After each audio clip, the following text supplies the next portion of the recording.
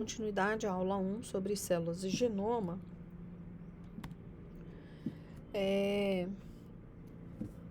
A informação genética existente dentro de uma célula, na forma de DNA, por exemplo, é uma molécula que tem uma informação presente em um código químico linear, né? Que é a molécula de DNA. E esse código genético presente no DNA, ele tem, historicamente, 3,5 bilhões de anos de diversificação dentro das células. Então, a primeira molécula de DNA, ou o primórdio da molécula de DNA, ela esteve inserida dentro de uma célula há mais de 3,5 bilhões de anos. E desde então, esse sistema ele vem passando por diferentes aprimoramentos, diferentes modificações, e o mais interessante é que a gente consegue verificar que há organismos mais simples que têm estruturas e sistemas de armazenamento da informação genética mais simples, e os mecanismos mais elaborados, eles envolvem a manutenção da informação genética na forma do DNA, que é uma dupla fita formada por nucleotídeos, né? Bom, a base da hereditariedade, né, que eu comentei que sempre uma célula, ela se origina a partir de outra célula existente.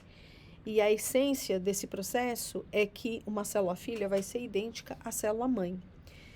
E para que isso seja uma verdade, e todo o aprendizado histórico, evolutivo que uma célula teve seja perpetuado e passado para as gerações futuras, toda a informação genética presente numa célula, ela tem que passar para a célula filha intacta, sem modificação. Obviamente que não estamos falando aqui sobre processos de mutação, tá? Estamos falando simplesmente sobre o processo de transmissão da informação genética. E como que esse mecanismo ocorre? A fita de DNA é uma dupla fita de DNA. Então, aqui, ó, tem uma fita de DNA, outra fita de DNA. Esses coloridinhos aqui são os nucleotídeos.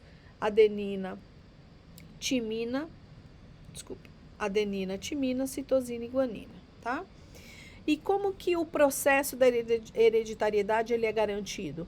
Na hora que uma célula com uma dupla fita de DNA passa por um processo chamado de duplicação do DNA, essa dupla fita de DNA que se abre, então uma fita vermelha fica aberta e a outra fita fica aberta.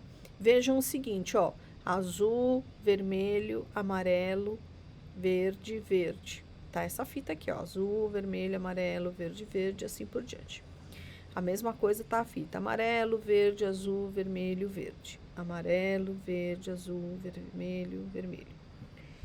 Como existe sempre uma base, um nucleotídeo, que é a timina, que ela sempre forma um par com a adenina, e sempre a guanina forma um par com a citosina, né? São os 4 nucleotídeos existentes na fita de DNA. O que a gente observa? Se isso aqui fosse um A, aqui vai ser um T. E se aqui for um C, aqui vai ser um G, tá? Então, vamos imaginar que aqui é um A e essa fita vermelha aqui é um T. Na hora que as duas fitas abriram, elas vão servir de molde para que uma nova fita complementar seja formada, que é essa fita laranjinha aqui. E aí, entre os dois nucleotídeos, vai formar uma ponte de hidrogênio, né? No caso aqui 2, e entre esses dois vão formar 3 pontos de hidrogênio. Entre a adenina e a timina, formam 2 pontes de hidrogênio, e entre a citosina e a guanina, formam 3 pontos de hidrogênio. Como com uma adenina só se liga uma timina e com uma timina só se liga uma adenina, o que vai acontecer conforme a fita nova de DNA vai sendo formada? Timina vai juntar uma adenina, adenina vai juntar uma timina. Próximo par de nucleotídeos. Citosina vai entrar aqui uma guanina. Guanina vai entrar uma citosina. Vocês vejam que por que existe essas duas propriedades dupla fita de DNA e cada nucleotídeo só forma ponte de hidrogênio com o seu nucleotídeo correspondente, sempre quando uma dupla fita de DNA se abre, as duas novas fitas vão formar uma fita complementar, porque é o único jeito de um nucleotídeo se juntar e formar uma ponte de hidrogênio aqui, de modo que quando nós olhamos as duas novas fitas de DNA, ela é formada por uma fita antiga e uma fita nova. Mas na essência, todos os pares de bases são idênticos, ó, azul e amarelo, vermelho e verde, azul, amarelo, vermelho, verde, azul, amarelo, vermelho e verde. E se nós olharmos o esquema de nucleotídeos dessa fita e da outra, embora ela seja feita de metade de uma fita molde antiga e metade de uma fita nova, essas duas fitas filhas, que depois iriam uma para cada célula, são idênticas à fita mãe. Com essa propriedade da hereditariedade, da característica da fita de DNA, sempre uma célula filha vai ter o mesmo DNA da célula mãe. E todas as células derivadas dessa célula mãe terão o mesmo componente genético, tá? Isso se dá porque, e aí, o que acontece? O DNA está ali no núcleo, né? Esse DNA está no núcleo, ele contém a informação genética, e essa informação genética, que vai formar um gene, essa fita de DNA, ela vai passar por um processo que é chamado de transcrição, que pega a sequência dos nucleotídeos do DNA e converte numa sequência de RNA. Esse RNA que está dentro do núcleo, ele passa por um processamento e migra para o lado externo da célula. Nós estamos aqui, ó, no citossol. Quando o RNA foi formado, e o RNA vai ser uma cópia da fita de DNA, esse RNA, ele vai servir para ser sintetizado uma proteína, usando aqui o ribossomo, né? Vai ser sintetizada uma proteína, e essa proteína vai ter uma função dentro da célula. Essa aqui é a teoria sintética da vida, né? Em que a informação genética está no DNA, o DNA passa a sua informação genética na forma de uma molécula de RNA, e essa molécula de RNA, ela vai ser convertida por um processo de tradução para uma molécula de sequência de aminoácidos, que é uma proteína. Então, a informação genética do DNA vira uma informação de uma proteína, usando como moléculas intermediárias as moléculas de RNA, que vão ajudar nesse processo de transcrever o DNA e traduzir esse RNA numa proteína, que é a molécula que de fato tem alguma função dentro da célula, tá? Bom, então, vamos imaginar a seguinte situação: nós temos uma molécula de DNA dentro da célula, e essa molécula de DNA, como nós falamos, sempre uma célula filha vai ter a mesma sequência de DNA da célula mãe. Vamos imaginar um zigoto formado pela união de um óvulo e de um espermatozoide, e esse zigoto, que é uma célula só, foi fertilizado e começa a se desenvolver num ser humano. Depois de algumas divisões, esse ser humano que vem a nascer, ele tem trilhões de células. Se nós formos observar, de onde que todos esses trilhões de células vieram? Vieram da única célula que existia, aquela célula ovo, certo? Então, é possível nós pressupormos que todas as células do nosso corpo foram originárias a partir de uma única célula que nós tínhamos, quando nós éramos um zigoto. Então, todas as nossas células terão o mesmo DNA. Mas, se todas as nossas células têm o mesmo DNA, por que uma célula muscular é diferente de uma célula epitelial, aqui da nossa epiderme? E por que que ela é uma célula diferente do nosso fígado? Ela é diferente em forma, em estrutura, em tipos de função, enzimas que possuem dentro. Ela é totalmente diferente. Então, como explicar que uma célula nossa pode ser diferente de outra se nós temos dentro dessas células o mesmo DNA? E eu te afirmo, nós temos o mesmo DNA dentro das nossas células. O que vai fazer com que 3 diferentes células do nosso corpo tenham características e função completamente diferente é porque, embora nós tenhamos o mesmo DNA nessas 3 células, cada uma delas vai ter um repertório diferente de proteínas no seu conteúdo. E essas proteínas vão ter funções diferentes. Mas, Valéria, como pode 3 células diferentes, completamente diferentes, terem a mesma fonte de DNA? E mesmo assim elas funcionarem de modo diferente? É porque dos cerca de 30.000 genes que nós temos no nosso DNA, que está exemplificado com 3 genes, né? O gene azul, o gene vermelho e o gene amarelo, nem todos os genes estão ativos ao mesmo tempo em todas as células. Então, vamos imaginar o seguinte, que nessa célula cinza aqui, só o gene azul e alguns outros genes estão ativos. Vão formar um conjunto de proteínas que vão dar características a essa célula, que é específico, né, dessa célula cinza.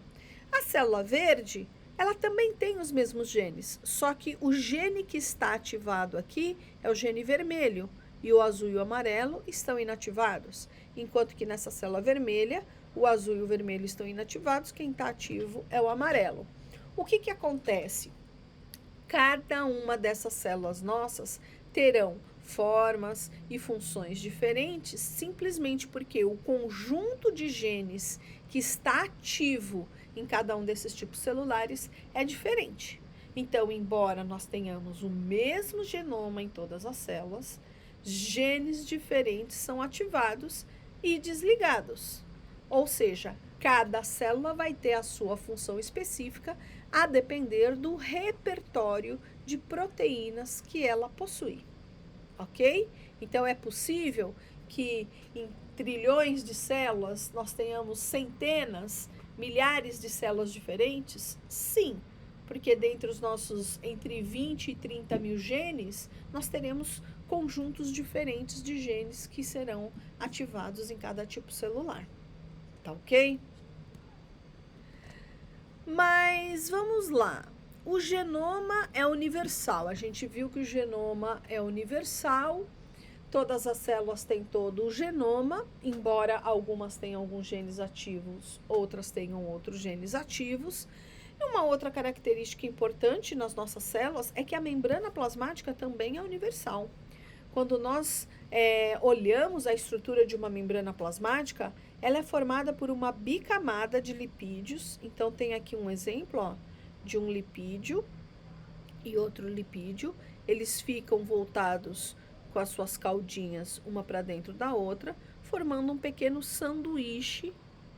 E essa bicamada, ela é constituída também por outras moléculas, né? Além dos lipídios, ela é também formada por várias proteínas que vão dando uma diversidade na superfície da célula. Se a gente olhar aqui, ó, dar uma olhada geral nessa superfície dessa célula, é uma diversidade tão grande de dobras, hélices, superfícies de proteínas, que é como se fosse um terreno pedregoso completamente diferente. Praticamente nenhuma célula consegue ser idêntica à outra em termos de estrutura dessa superfície variável de proteínas e lipídios. E embora todas as células tenham uma estrutura universal, que é dupla camada, bicamada lipídica, e ela ser uma membrana lipoproteica, então formada por lipídios e proteínas, cada membrana celular vai ter também a sua particularidade, a depender de estruturas proteicas como essas, que vão dando uma personalizada, é como se fossem adereços na superfície da célula, e permite que essas células sejam personalizadas, distintas uma das outras, de modo que elas possam, inclusive, ser reconhecidas pelo nosso sistema imune, né? Nosso sistema imune consegue reconhecer essa superfície celular e dizer, ó, essa superfície celular é de uma célula do meu corpo, ou não, existe uma superfície celular que não é de nenhuma célula do meu corpo, é um organismo invasor, e aí o sistema imunológico vai lá e ataca essa célula por reconhecer essa superfície toda variável de uma célula em si, tá? Só para vocês terem uma ideia, o organismo que tem o menor número de genes conhecido é o Mycoplasma genitalium. É uma bactéria, ela tem 477 genes, 580 mil pares de bases. Acredita-se que o mínimo que um micro-organismo pode ter é de 200 a 300 genes, tá? O máximo, 30, 40 mil genes. Depende do organismo. Então, a gente estava falando da membrana plasmática, eu vou falar rapidamente. Essa aula, gente, é mais para vocês terem uma visão geral da célula, tá? Vamos ter uma aula específica só de membrana plasmática, em que a gente vai poder avaliar todos os detalhes da membrana plasmática, tá? Então, a membrana plasmática, ela é uma estrutura de bicamada que ela envolve a célula e vai definir os limites dessa célula e vai manter as diferenças entre o citossol, que é o interior da célula, e o meio extracelular, tá? Aqui o meio extracelular, aqui o interior da célula.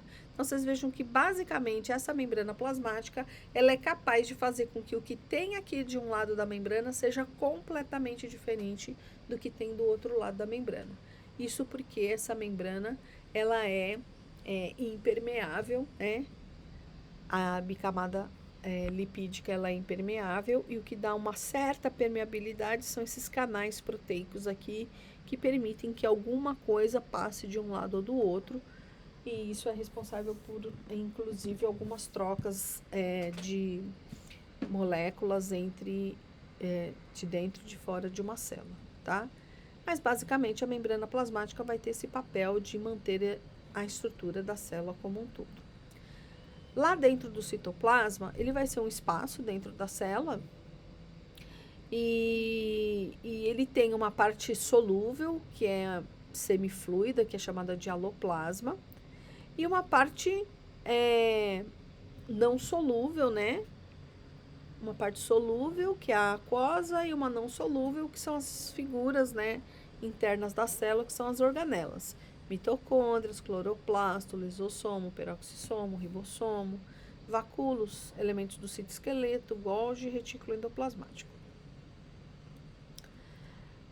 Bom, o citoplasma, ele é basicamente 80% composto por íons e pequenas moléculas que são solúveis em água, tá? É um ambiente aquoso com moléculas solúveis em água. Ali dentro tem enzimas, carboidratos, proteínas, alguns sais. E ele tem uma consistência na forma de gel, né? Ela é gelificada e, a depender da condição da célula e da fase de vida que ela estiver, essa consistência gelificada, ela fica mais viscosa, que é chamada de citogel, ou mais aquosa, que é chamada de citossol, que é uma componente mais líquido, né? Então, a célula tem capacidade de tornar esse solvente de dentro da célula mais ou menos viscoso. Bom, no núcleo, nós sabemos que dentro do núcleo existe o material genético, basicamente, e o núcleo ele vai ser formado por uma membrana que envolve o núcleo, e essa membrana é uma bicamada, olha, tem duas camadas. Cada membrana dessa aqui, ó, ela é uma bicamada lipídica. mas cada núcleo tem uma dupla bicamada lipídica. É como se fosse um sanduichinho de membranas. E quando nós olhamos a membrana do núcleo, ela é um acompanhamento, é uma continuidade do retículo endoplasmático. E dentro do núcleo também existem alguns pequenos poros, nós depois vamos ver que é uma estrutura toda complexa, esses poros nucleares, que ele é responsável por fazer o controle de passagem de elementos de dentro do núcleo para o citossol e vice-versa, tá? Então, num núcleo, numa célula em intérfase, que é uma célula que não está em divisão celular, existe material genético, existe a linfa, né, toda a parte solvente de dentro do núcleo, e existe todo o material genético que é chamado de cromatina, que é onde se encontra todo o DNA, e essa porçãozinha aqui que é chamada de nucleolo, que é um aglomerado de moléculas de RNA, basicamente. Então, lembra que eu comentei que o DNA ele é transcrito em RNA? Depois que ele é transcrito, que ele é levado para fora do núcleo. Então, todo RNA que é transcrito, né, todos os genes que transcrevem RNA, eles ficam aglomeradinhos na forma de um nucleolo. Aí, aos poucos, eles vão migrando e sendo mandados para o meio do citossol, né, para o meio extranúcleo, para ser processado e ser traduzido em proteínas, ok?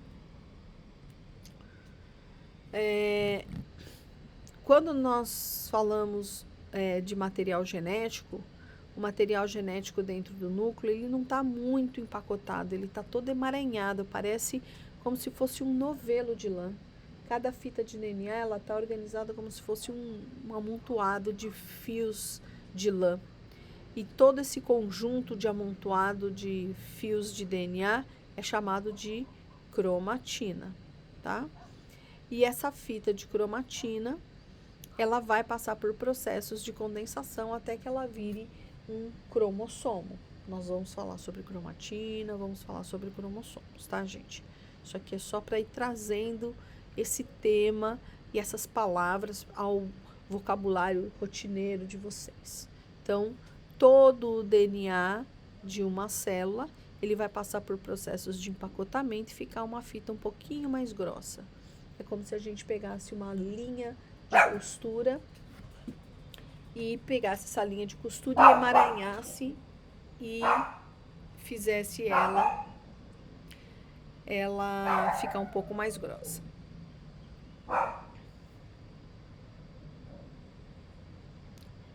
Bom, aqui nós temos um exemplo, né, de uma fita de DNA que ela passa por um processo de empacotamento gradativo, e para que ela passe por esse processo de empacotamento, algumas proteínas se enrolam, formam uma base para esse DNA se embolando, até que essas fitas vão se emaranhando e vai formar o cromossomo, que é uma estrutura bem condensada do DNA.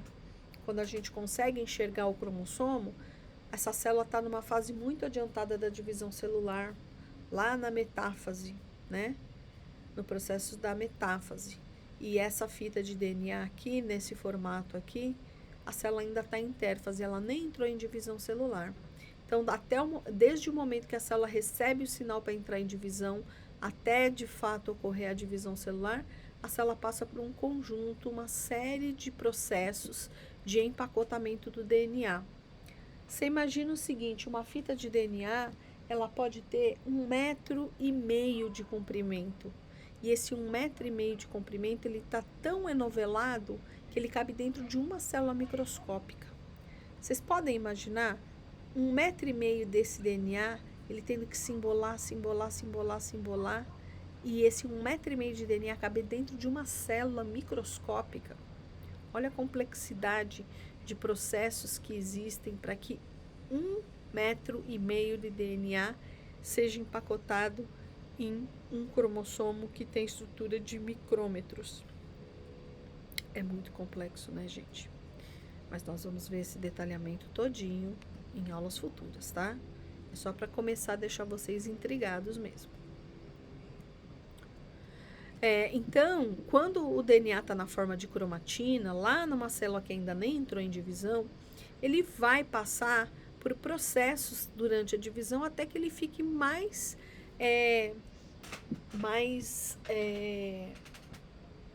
condensado, ele fica menor.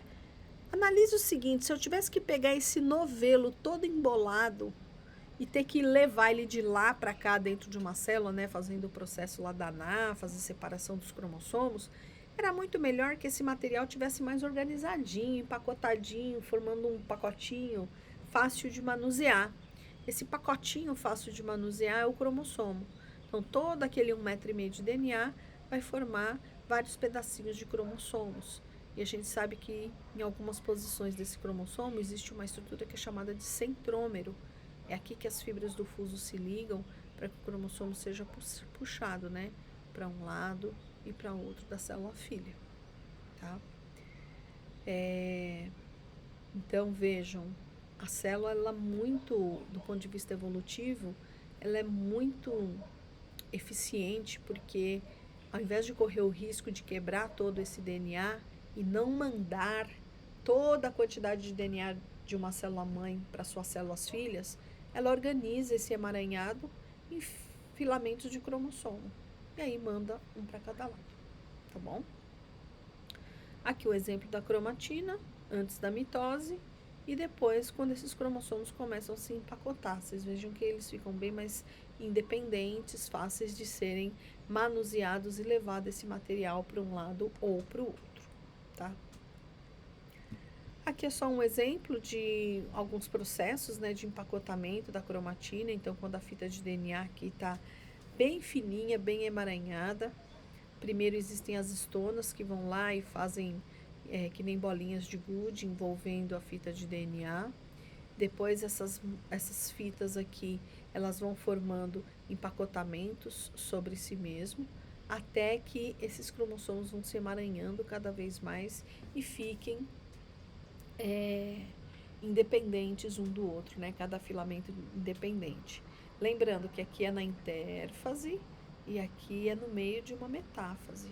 Nesse meio tempo, essa fita de DNA, que é uma fita única, passa por um processo de duplicação do DNA para que esse DNA possa ser separado em duas células filhas. Então, olha só, nós estamos falando aqui de como que uma célula se duplica e vira duas. Aí nós já começamos a falar de duplicação do DNA, porque esse DNA precisa ser duplicado para a célula poder mandar uma cópia para cada célula filha. E aí a gente já começa a falar de mitose, ou seja, que é o processo em que a célula separa o seu conteúdo, separa os cromossomos, separa o seu citoplasma. Vejam que quando a gente fala de biologia celular, a gente não pode deixar de falar de DNA, não pode deixar de falar de duplicação de DNA, não pode deixar de falar de processo de divisão celular, mitose e meiose, né? E para que uma célula vire duas, né? Olha quantos processos precisam acontecer numa célula para que uma célula vire duas, ok? Como eu estava comentando aqui, é um exemplo, né, de 2 pedaços de DNA, é um par de homólogos, né, no caso nós somos eucariontes e a maioria dos eucariontes, eles têm os cromossomos aos pares, né, então o roxo é par do verde e durante o processo da replicação do DNA, o roxo fica duplicado, o verde fica duplicado. E ao duplicarem, isso aqui é um par de cromossomos homólogos. Aqui também é um par de cromossomos homólogos, só que esses cromossomos homólogos aqui estão duplicados, passou pelo processo de duplicação do DNA. Quando nós olhamos para essas duas estruturas, né? Aqui é um cromossomo e aqui é a sua cópia. Essas duas cópias aqui são idênticas. Então, elas são chamadas de cromátides irmãs. Assim como essas duas cópias aqui também são idênticas, são chamadas de cromátides irmãs. Desculpa aí o cachorro latindo aí, gente. Mas sobre os componentes da célula, ainda falando sobre os nossos cromossomos, nós somos organismos formados por 23 pares de cromossomos. Então, nós temos aqui, ó, um par de cromossomos. Nesse caso aqui, ó, vê, os cromossomos estão todos duplicados. Só um segundinho, gente, peraí.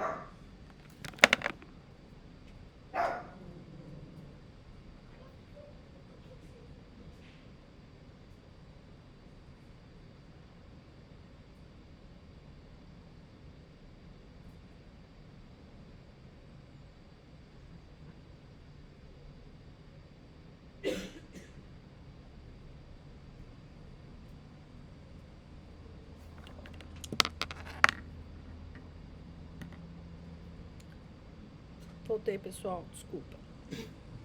Quando nós estamos falando de todo o conjunto de cromossomos de uma célula,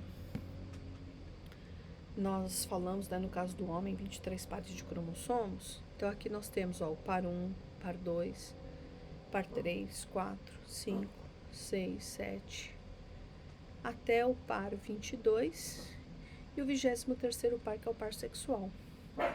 Esses cromossomos, eles estão todos duplicados porque esse tipo de figura aqui, que é o cariótipo, ele é conseguido somente numa célula quando ela está num processo de divisão, numa célula que está em metáfase. Ou seja, se ela está em metáfase, essa célula iniciou a divisão celular, e se ela iniciou a divisão celular, os cromossomos foram duplicados, né? Então, por isso que a gente sempre vê essa estruturazinha do cromossomo duplicado. E aqui é um exemplo, né, de uma figura de cariótipo humano, em que existem algumas técnicas que permitem você identificar segmentos que são homólogos. Então, você consegue corar partes que têm os mesmos genes, os mesmos conteúdos. Veja aqui, ó, uma porçãozinha amarela, uma azul, uma vermelha, uma roxinha.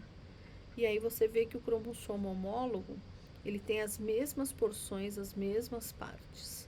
Ou seja, sempre dois cromossomos, né? No caso aqui, esses dois cromossomos que são homólogos, eles têm o mesmo conteúdo de DNA, têm os mesmos genes e carregam a mesma informação genética. Uai, mas como que nós temos pares de cromossomos? Um cromossomo veio do pai, um cromossomo veio da mãe. Todos os nossos cromossomos são aos pares, um herdado do pai, outro herdado da mãe, tá? Nós vamos falar bastante sobre isso no futuro. É para ficar essa pergunta na cabeça, tá bom, gente? Vou deixar algumas questõezinhas para vocês refletirem, para consolidar melhor esses